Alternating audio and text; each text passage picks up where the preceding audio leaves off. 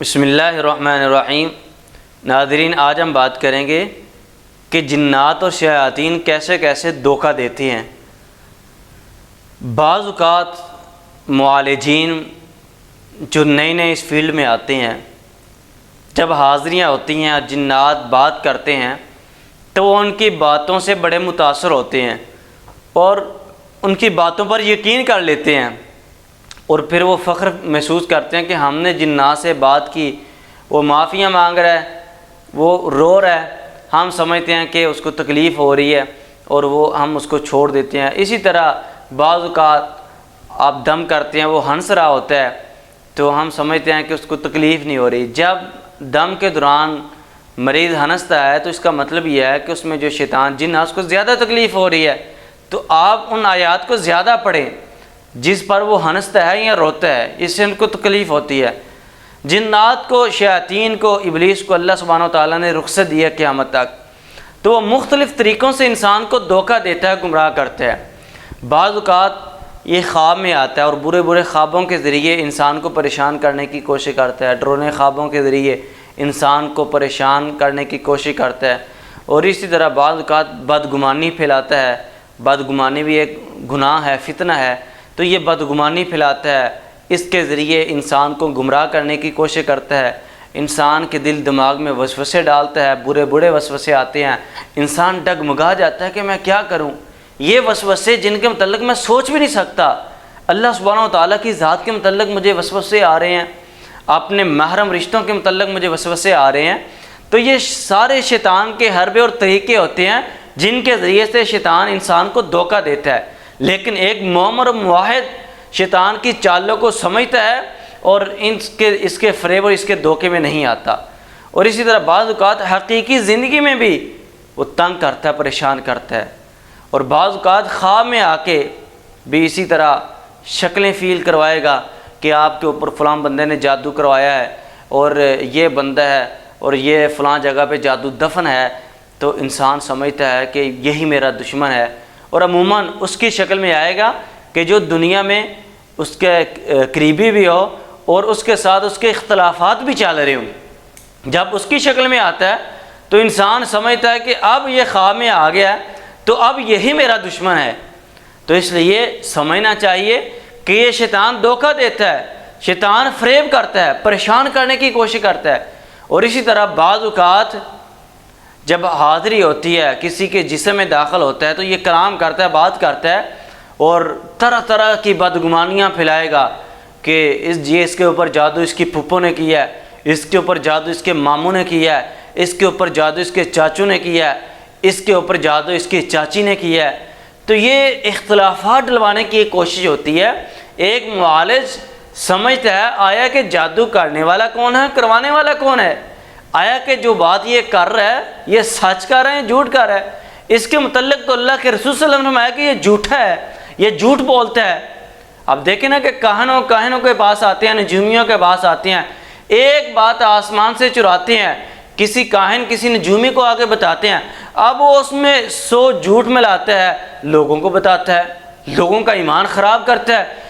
ایک بات سچی ہوتی ہے، 99 باتیں اس کی جھوٹی ہوتی ہیں۔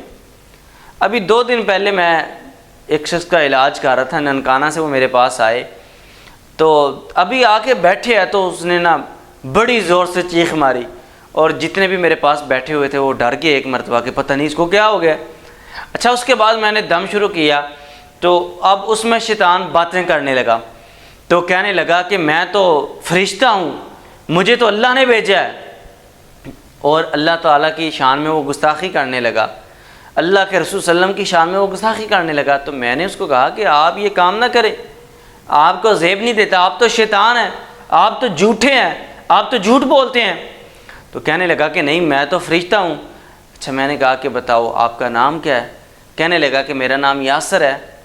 اب کہنے لگا کہ میں اس کو گمراہ کروں گا، اس کو جہنم میں لے کے جاؤں گا، مجھے اللہ نے کہا ہے کہ اس کو تو نے گمراہ کرنا ہے، اس کو جہنم میں لے کے جانا ہے۔ تو میں نے اس کو کہا کہ اللہ سبحانہ و تعالیٰ تو کہتے ہیں کہ میرے بندے، میں ان کو چاہتا ہوں کہ وہ جنت میں جائیں، جہنم سے بچیں۔ جو فرشتے ہیں وہ تو معصیت والا، گناہ والا تو کام ہی نہیں کرتے، وہ تو اللہ کے حکم کے پابند ہیں۔ اب ہاروت و ماروت کی تو وہ تو آزمائش کے لیے آئے تھے، اس کے بعد تو کوئی ایسا سلسلہ نہیں ہے۔ تو کہنے لگا کہ نہیں، میں تو آیا ہوں آزمائش کے لیے۔ اچھا، پہلے میں نے پیار سے اس کو سمجھایا کہ آپ اللہ سبحانہ و تعالیٰ اور رسول صلی اللہ علیہ وسلم کی شان میں ایسے کلمات نہ کہیں، یہ ہمارے ایمان کا حصہ ہے، ہم ایسے کلمات اور ایسی چیزیں برداشت نہیں کر سکتے۔ ہم تو یہ بھی برداشت نہیں کرتے کہ کسی صحابی کے متعلق کوئی بات کہی جائے، ہم تو یہ بھی برداشت نہیں کرتے کہ کسی ولی کے متعلق کوئی بات کہی جائے، آپ تو اللہ کی شان میں یہ بات کریں۔ تو وہ باز نہ آیا، پھر اسی طرح باتیں کرنے لگا۔ تو اس کے بعد پھر میں نے جب اپنے طریقے سے اس کو پکڑا تو پھر وہ چیخیں مارنے لگا، تو کہنے لگا کہ ہاں میں شیطان ہوں، میں جن ہوں، مجھے چھوڑ دو۔ میں نے کہا کہ بیٹا تو جھوٹ بولتا ہے، ہم تو تمہارے بڑوں بڑوں کو جانتے ہیں کہ تم کیسے کیسے گمراہ کرتے ہو۔ آپ ہماری تعریفیں کر کے ہمیں بڑا معالج کہہ کے یہ نہ سمجھیں کہ ہم چھوڑ دیں گے اور ہم اللہ سبحانہ و تعالیٰ کے فضل سے آپ کو پکڑیں گے۔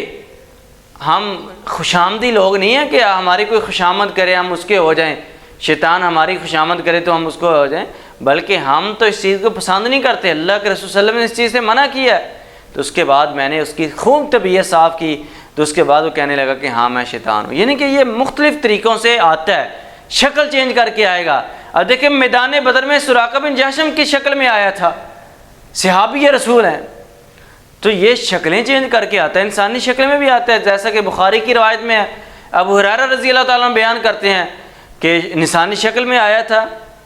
تو اس لیے یہ جھوٹ بولتے ہیں شیاطین جنات مختلف طریقوں سے، بلکہ میں تو کہوں گا جتنے معالجین ہیں اور جتنے بھی لوگ جو اس فیلڈ سے وابستہ ہیں اور جو اس فیلڈ سے دلچسپی رکھتے ہیں، وہ ضرور بضرور امام ابن جوزی رحمہ اللہ کی تلبیس ابلیس پڑھیں، کیونکہ تلبیس ابلیس اس میں لکھا ہے، امام صاحب نے، امام ابن قیم رحمہ اللہ نے، غالباً امام ابن جوزی رحمہ اللہ کی ہے، امام ابن قیم الجوزی رحمہ اللہ کی، انہوں نے لکھا ہے کہ کس کس طریقے سے شیطان انسان کو گمراہ کرنے کی کوشش کرتا ہے۔